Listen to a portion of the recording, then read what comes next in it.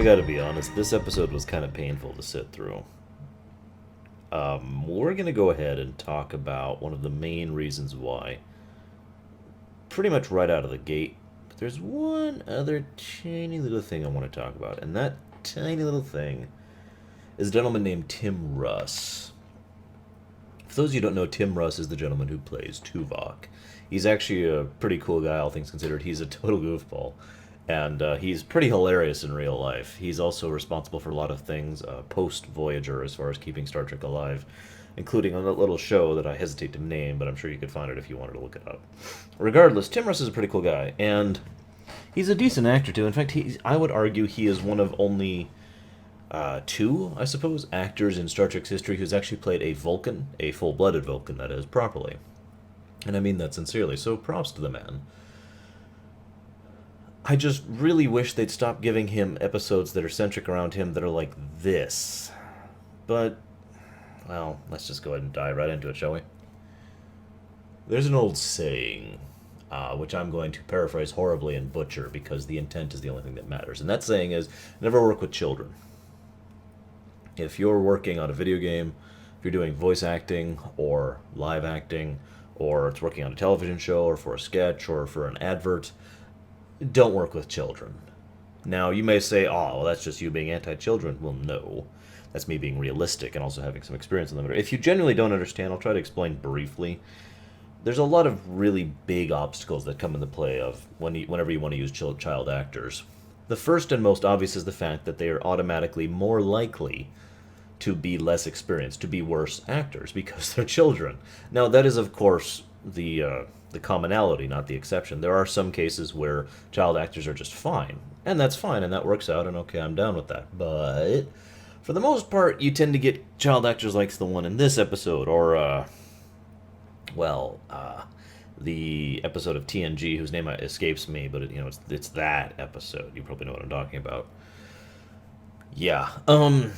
The second problem is that there are actual laws regarding how often a child actor can work, not just in terms of per day, but also in terms of per week.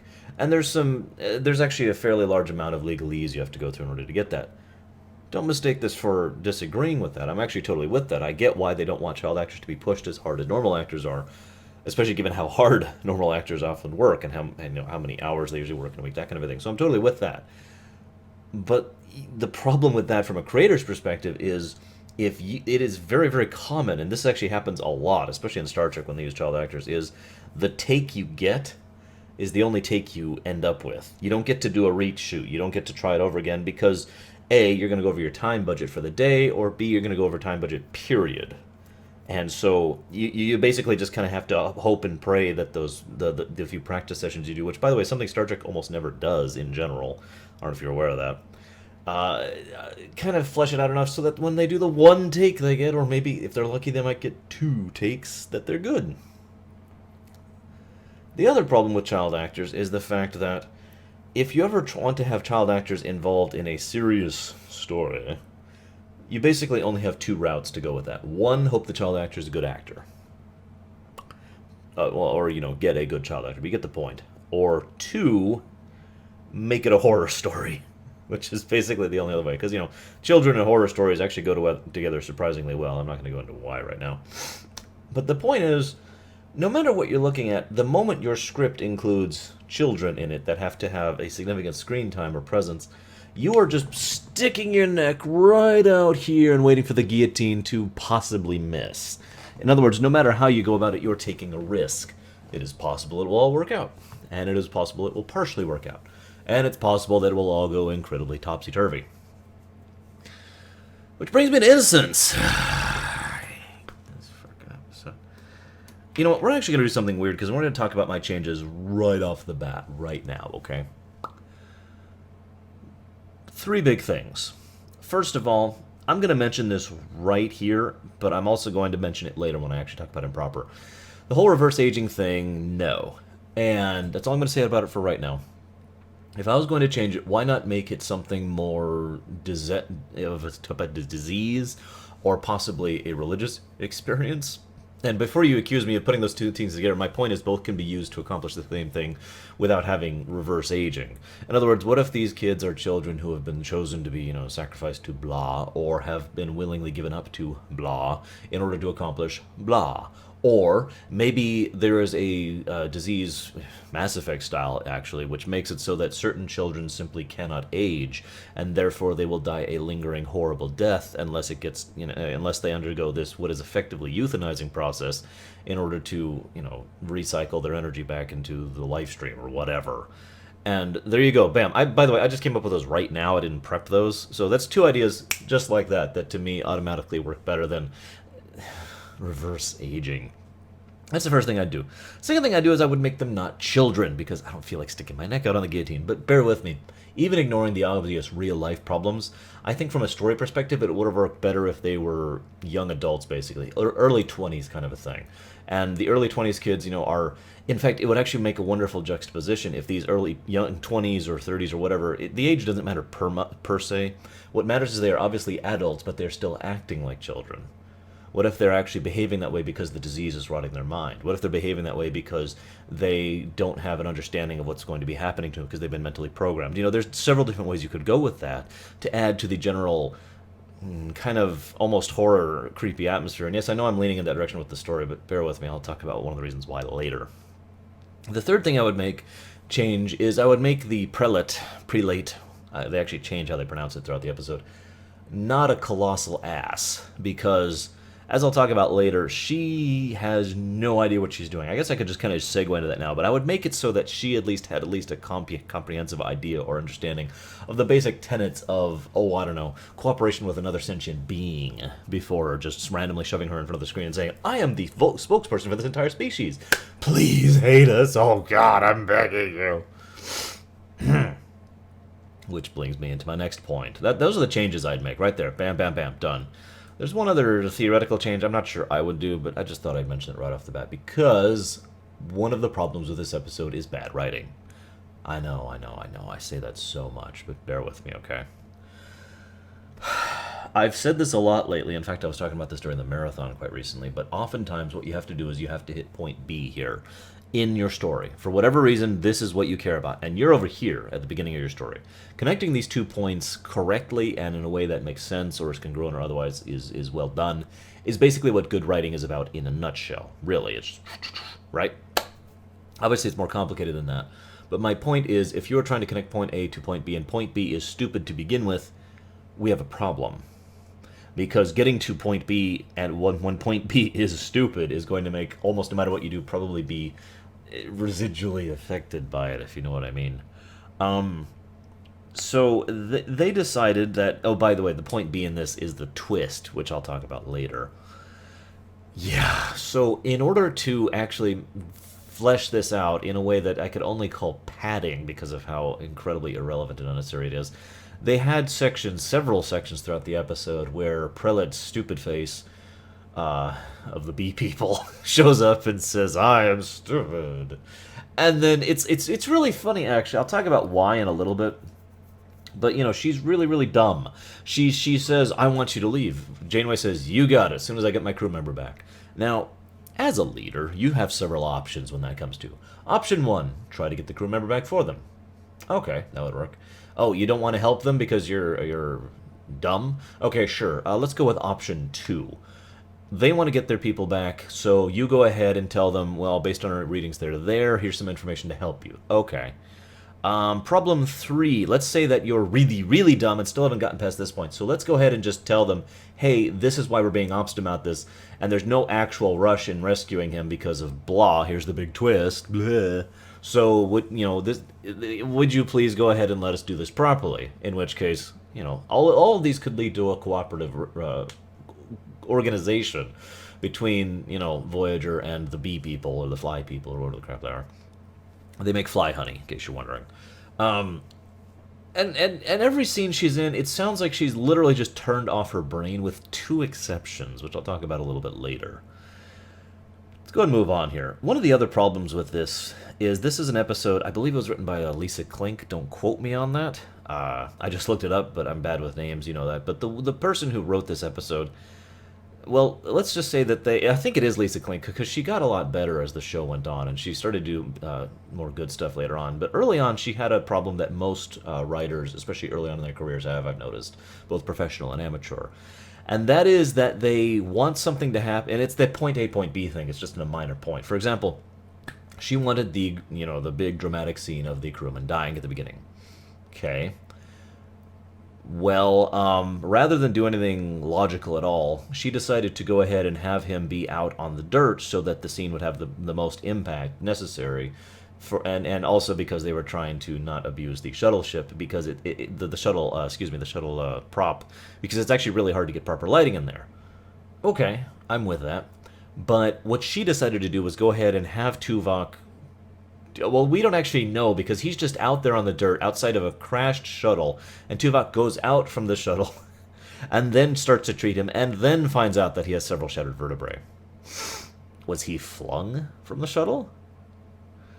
Did Tuvok drag him out of the shuttle? Did he walk out of the shuttle on his shattered vertebrae that killed him seconds later?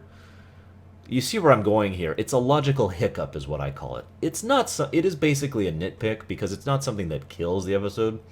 But when you have a lot of logical hiccups in your episode, it kind of starts to get grating. It's like someone just kind of poking you in the back of the neck every 20 seconds, And it gets to the point where it's like, okay, I get it. Yes, you're dumb. I get it.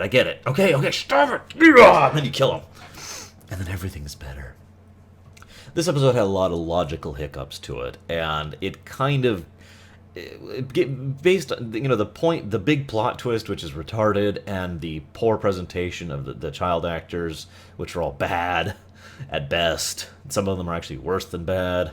And then the overall idea, which I'm getting to in a moment here, which and then the logical hiccups. Oh God, why God? Okay, so let's talk about comedy. I actually put that down with a K to emphasize my note. I don't have many notes this time, by the way. I just have a few. Comedy. So, let's be completely blunt here. I love Star Trek. Okay, good vibes. Awesome. Did you know that Star Trek, less than a quarter of the time, in my opinion, is funny? When they try to be, I should say. Now, what I mean by that is Star Trek and comedy have a long history, going back to the original series I'm at, of not really doing comedy properly, or just not being funny. That's not that they don't try. In fact, Star Trek has continually tried to be funny all the way up until Enterprise, basically. Hell, up to the new movies, really. And yet, in my experience, they don't succeed most of the time.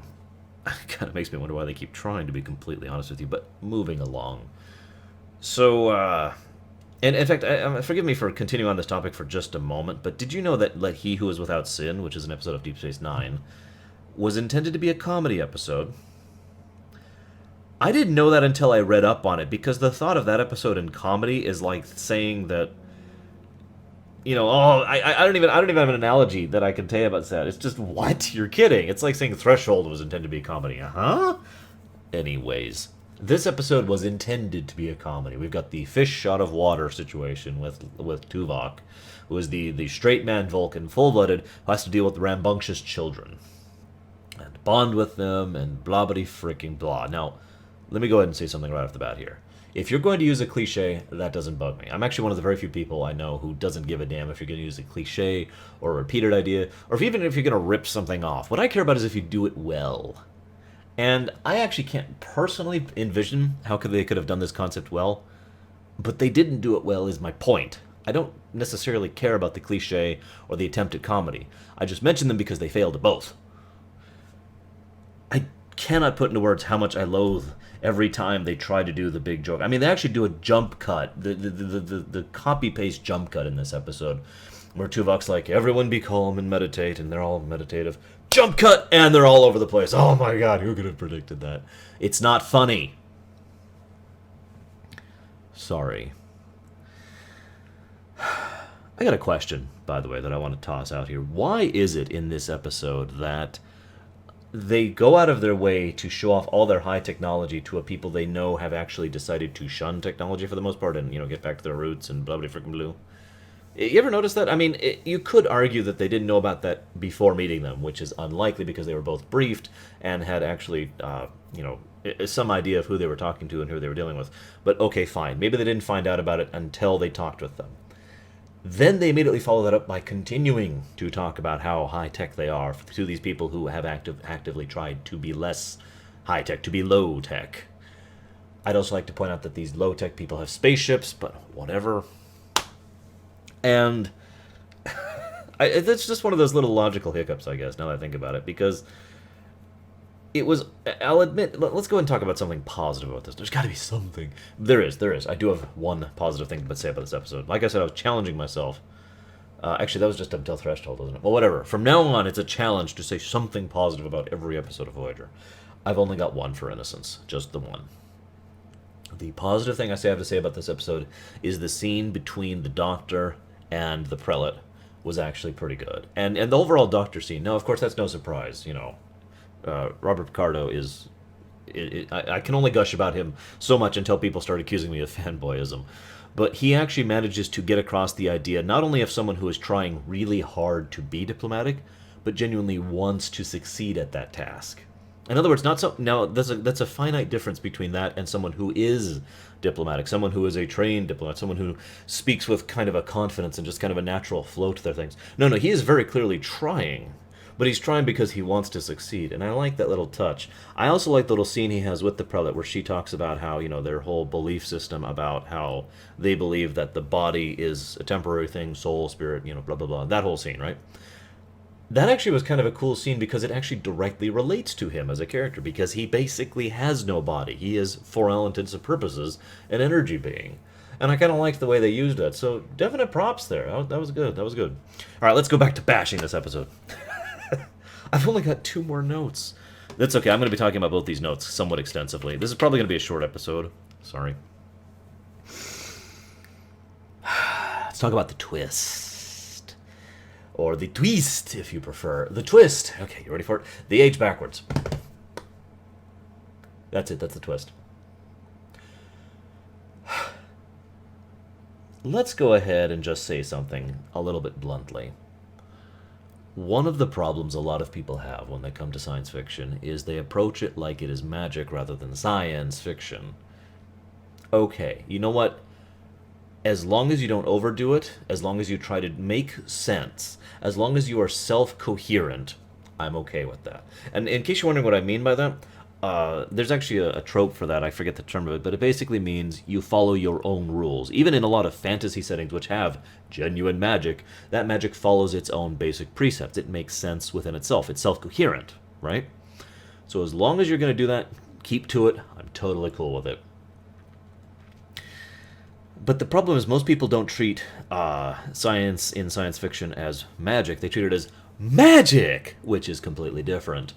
And a byproduct of that is that a lot of writers, when they try to come up with something alien, they come up with something that's ridiculous and don't bother to explain it, or make it make sense, or make it be self-coherent.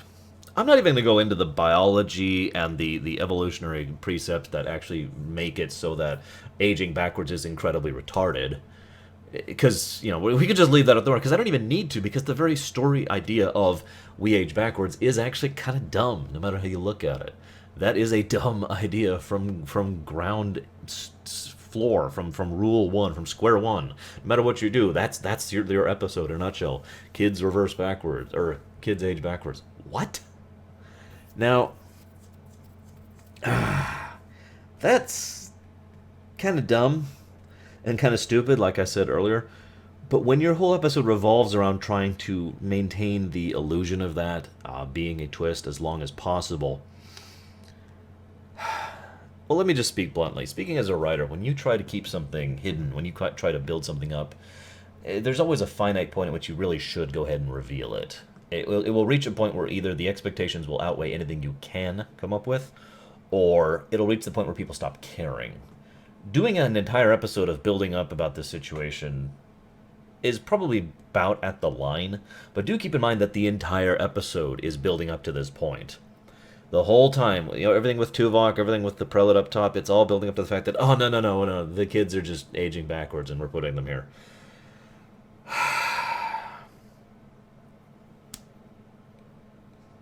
I'm sorry. I want to deconstruct this more, but honestly I just kind of want to move on. There's one other thing I want to talk about with regards to the twist, and that is how horrifying it would be if they weren't aging backwards. This is not a new idea. I've heard several other people postulate that, including Sci-Fi Debris. I actually heard it at a convention once, at a theory crafting, what do they call those, booths? No. Events?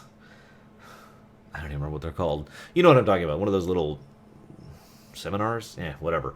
Well, it was a theory crafting thing. It was just people tossing out theories about episodes or about Star Trek as a whole, and one of them tossed out there was the idea that in the episode Innocence, what if the kids weren't actually aging backwards at all? Because we only have their word to go off of on that. What if they were actually bringing the kids here for some ulterior motive? What if they actually were trying to steal children from another race, perhaps, or to try and quietly assassinate the children of their political rivals within their own race, or maybe they're just trying to use them as energy batteries, kind of like the Shadows do, or whatever. You know, there's a lot of different things they could have done with that all would have been incredibly horrifying. Because if you watch, seriously, watch the episode. Watch that last cutscene where she's like, no, I don't want to go. You're lying, and the woman's like, no, it's okay. You're just confused. And the Voyager crew is just kind of like nodding their heads, like, yep, we're totally on the side of the adults here. Imagine that scene, watch that scene, and then picture it from that mentality of, by the way, the adults are actually lying, and they actually are killing these children in the process. And tell me that isn't freaking horrifying. I'm not saying I advocate it. I'm just saying it really adds to the horror element, and that's what I wanted to mention earlier, is the fact that no matter when I watch this episode, when I try to rewrite it in my brain, both for the Imperium storyline, which was abandoned in this one, I tend to go the horror angle, and I'm not sure why, other than that point, because ever since hearing that, I can't look at this episode the same way. So I have one last note on my thing here, and it says bleh. Yeah, that's a good way to summarize my points about this episode. The problem with Innocence, other than everything I've already mentioned, is the fact that there is no... Okay. If you're watching something on television, I'm going to just go and speak to myself. If I'm watching something, or if I'm playing a game or whatever, I want one of several things, or any combination thereof, including all of, to be accomplished, okay? I want to be entertained. That can come in many different forms, but the point is, at the end of the day, I have enjoyed myself. Die Hard 4 is a good example of a movie that I found entertaining, and nothing else, basically. Nothing else on this list. It was just fun to watch. I haven't actually watched it twice. I probably never will. But, you know, it was fun to watch. Okay, cool. Makes me think. This is actually a big one for me. I've often said that a game that I like more the more I think about it, or a show or a movie or whatever I like more the more I think about it, is something I consider to be of higher quality than something, I don't know, say I like less the more I think about it, or something that I just don't have anything to say about, don't have anything to think about, don't have anything to ruminate on.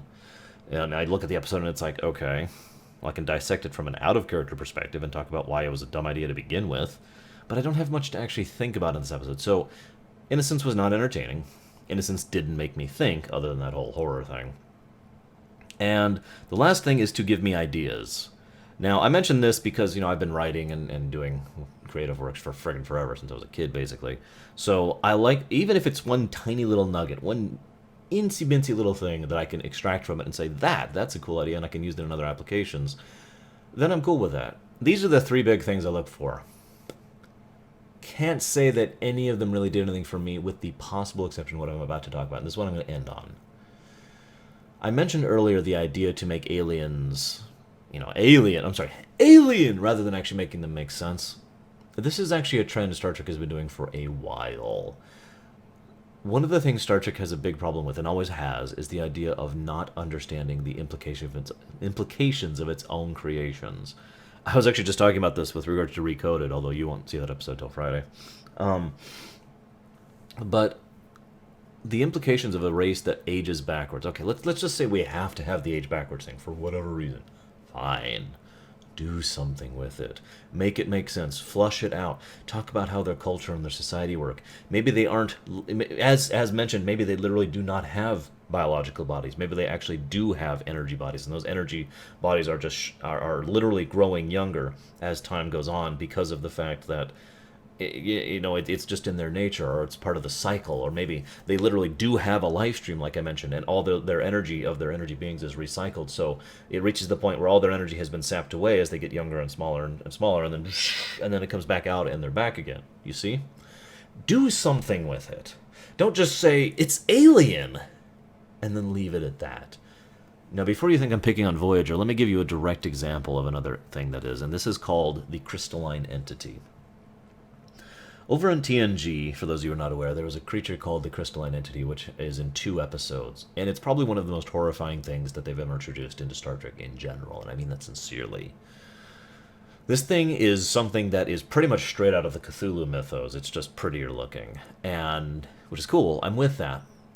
But the point is, that's something that Star Trek does. I'm not even going to analyze the crystalline entity by itself. My point is, they never analyze it. They never explain it. They never try to do anything about it. They just have this thing, and it's alien, and it's never explained, and it's never expounded upon, and they never do anything with it. Now, you don't necessarily have to explain something. As I've said before, the Reapers in Mass Effect should not have been explained, in my opinion. I think they worked better as an unexplained horror. But they did do something with it. They did something with how they had an impact on the galaxy. They did something with how they have an interaction with others, and how they manipulate and puppet and biologically control and blah, blah, blah, blah, blah. All the things the Reapers did. They did something with it without explaining it. Don't just make up something and make it alien for the sake of being alien. There's actually another episode... I don't remember the name. It's a dumb episode. It's the episode with the tac, and it's the guys with the little prosthetic piece, like right over there here. It's literally like this, actually. If you can understand what I mean. And every time I look at that episode, those species, I think this exact same thought. Okay, they're alien. Why? What are they doing? Why are they... Do something with it. Do something with it. Don't just make them alien for the sake of introducing another alien race. And that pretty much brings me to my ultimate complaint about Innocence. It is a lazy episode. It is a lazy attempt at comedy. It is a lazy attempt at drama by artificially making the prelate stupider than she needs to be. It is a lazy attempt at actually having a twist to be like, oh my god, And it's a lazy attempt at introducing something alien without actually doing anything with it other than, the episode itself. And, well, even that, it doesn't even do anything with it. It's just there to explain why we're okay with this process happening. And that's my opinion on Innocence in a nutshell. Hopefully, the next episode will be slightly better. I don't actually remember which one's next, but I know Tuvix is coming up, and I know Thaw is coming up, so... At least that's hopeful, right? Right? Now, whatever.